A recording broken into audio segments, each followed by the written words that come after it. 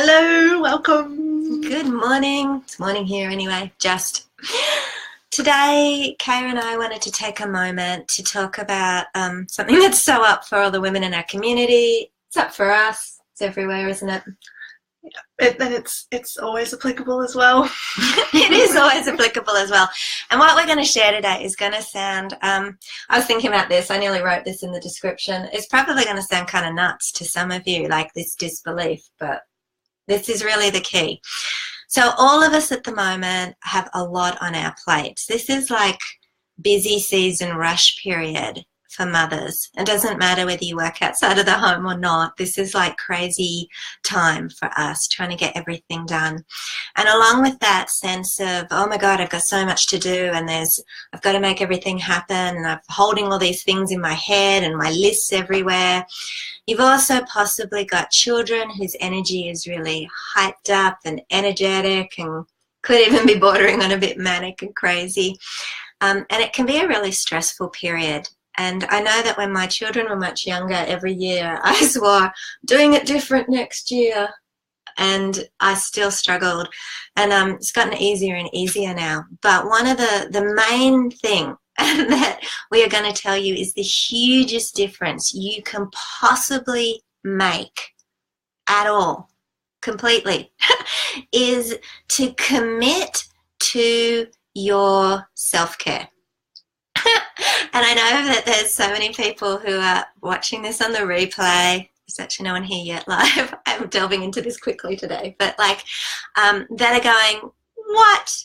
Yeah, like I have time for that right now. And that's so common for mothers to think of self-care as something that happens when you have more spaciousness and when you have more time, and as something that's just not possible when time feels a little bit more scarce. It's like that saying out there that says, ego says, when this happens, then I'll feel peaceful and calm. Spirit says, when I feel peaceful and calm, this will happen. And that's the point that we're making here. It's important to remember that you are an energetic anchor and an emotional anchor in your family.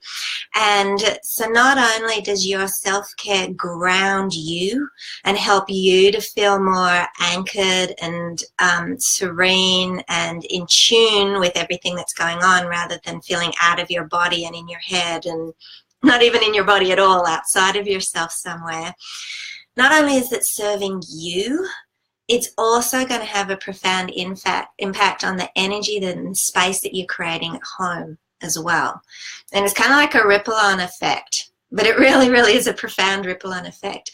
And I think sometimes we just assume that our children's energy is just driven by the excitement of holidays and Christmas and all that. And there is a piece of that. There's definitely a piece of that.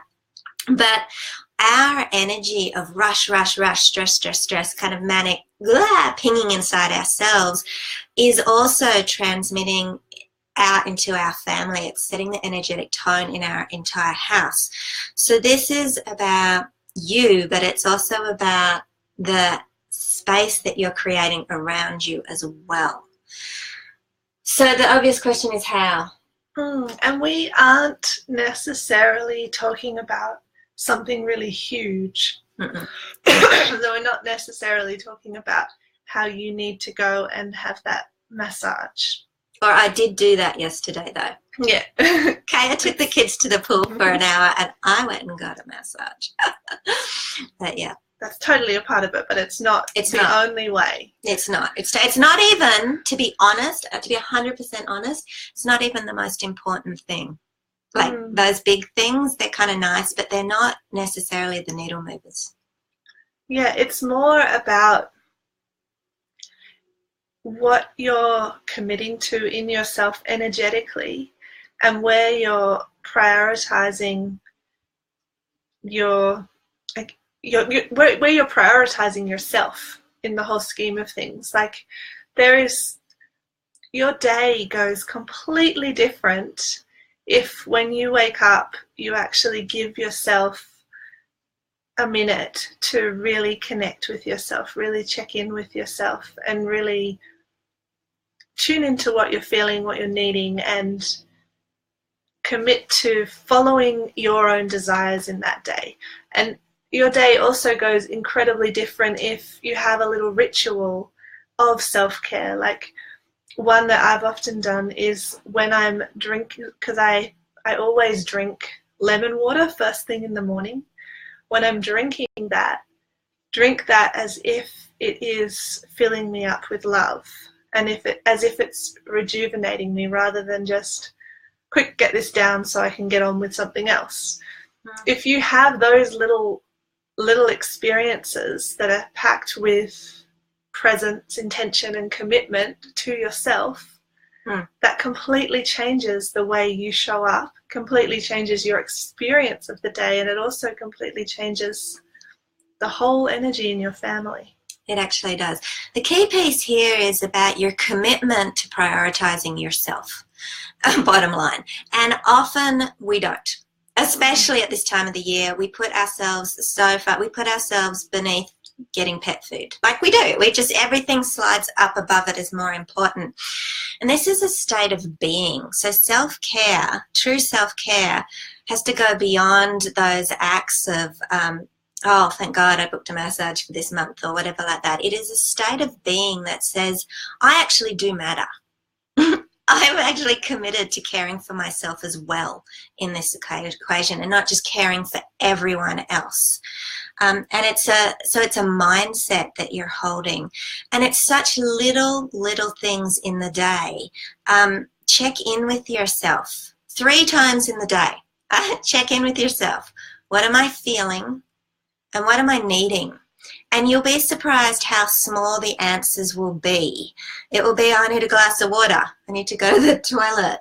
I need to put on some music, you know. I need to make my cup of tea, my favorite cup of tea, you know. I just need to stop and breathe for a second. And sit in the sun for 5 minutes.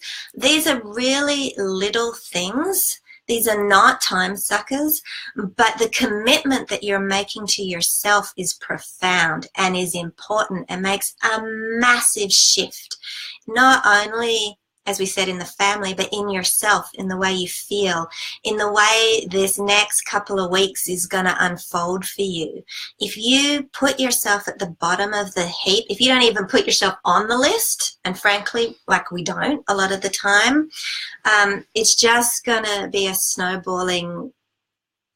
It's going to be crap, really, isn't it?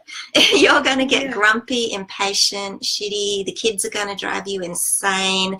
You're going to have so many unmet needs that you're refusing to even acknowledge, that you lose your cool all the time. You're either going to swing into overwhelm, like, oh my God, this is too much. I'm just going to bury my head in the sand and pretend it's not December until I freak out later.